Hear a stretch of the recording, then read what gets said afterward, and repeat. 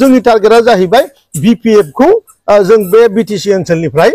माने फोजोबथारनांगौ 2026 आव जी माने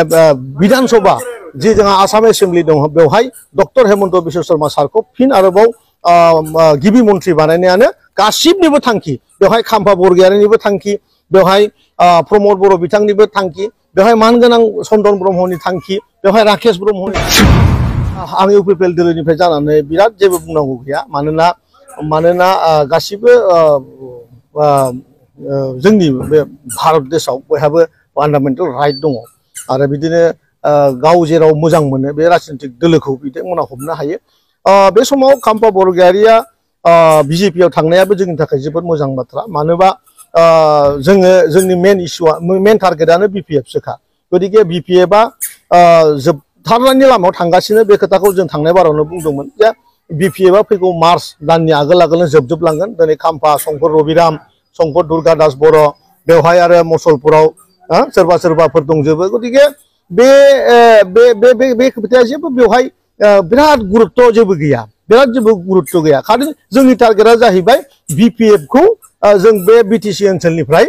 माने फोजोबथारनांगौ आरो बेखौ बिजेपिआबो मावलांगोन बेखौ इउपिपिएलआबो मावलांगोन खिन्थु जोंनि जे भिजन आगोलनि बे ओरैहाय जे मानगोनां प्रमद बर' सारखौ फिन खेबसेबाव बिटिसिआव चिफ बानायनाय आरो 2026 आव जी माने विधान सभा जी जोंहा आसाम एसेम्बलि दं बेवहाय डक्टर हेमन्त बिश्व शर्मा सारखौ फिन आरोबाव गिबि मन्थ्रि बानायनायानो गासिबनिबो थांखि बेवहाय खाम्फा बरगयारिनिबो थांखि बेवहाय प्रमद बर' बिथांनिबो थांखि बेवहाय मानगोनां चन्दन ब्रह्मनि थांखि बेवहाय राकेश ब्रह्मनि थांखि बेवहाय जोंहा रन्जित बसुमतारिनि थांखि जों गासिबो बे एखे ट्रेनजोंनो खामानि मावगासिनो दङ बबेहाय ना बहायबा बिजेपिआव थांबाबो खाम्फा बरगयारि बायदि दैदेनगिरिखौ जोंनो नांगौ बेनिखायनो बिथांखौ आङो बिजेपिआव थांदोंबाबो आं इउपिपिएल दोलोनिफ्रायनो उइश खालामदों बिथाङा जेन फिन फैफिननानै काउन्सिल इलेक्सनाव जुदि बिथाङा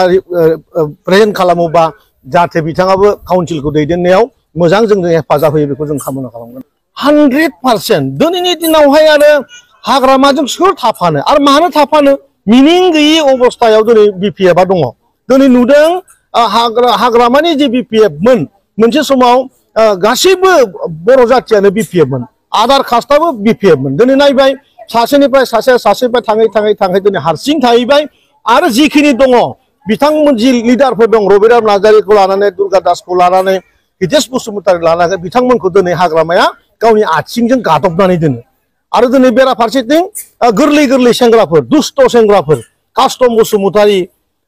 आरो बिक्रम दैमारि थिखादार बे सासे थिखादार गावनि उदैनि सिन्था खालामग्रा बे सासे मानसि न' बिल्डिं लुनायनि सिन्था खालामग्रा मानसि बेबायदि मानसिया दिनै लामा बहा बेरायनानै सोरनि जेबो गुदि गैया बिजौ गैया गावनि बिल मोनिखौ रागा जोंनानै बे रायजोनो माने गाज्रि मेसेज होफिनगासिनो दङ आरो बेराफारसेथिंजाय कास्टम बसुमतारिया मोनसे सिंस्रि बायदि जि माने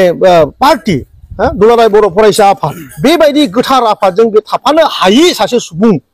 दा बेबायदि मानसिफोरखौ जेब्ला आगोलाव दोननानै बिपिएफखौ सालायगोन बे समावहाय गोदोनिफ्रायनो संग्राम खालामबोनाय बिपिएफखौ बानायबोनाय जायफोर आदामोन दंमोन आइमोन दंमोन आब'मोन दंमोन बिसोर दिनै जोबोद लाजिंसिं अबस्थायाव दङ बेनिखायनो गासिबो फैगौ मार्च दाननि आगोल इउपिपिएल नङाबा बिजेपिआव गासिबो बिपिएफ दैदेनगिरिफ्रा जइन जाजोबथारगोन बे एकदम खाथां आरोखि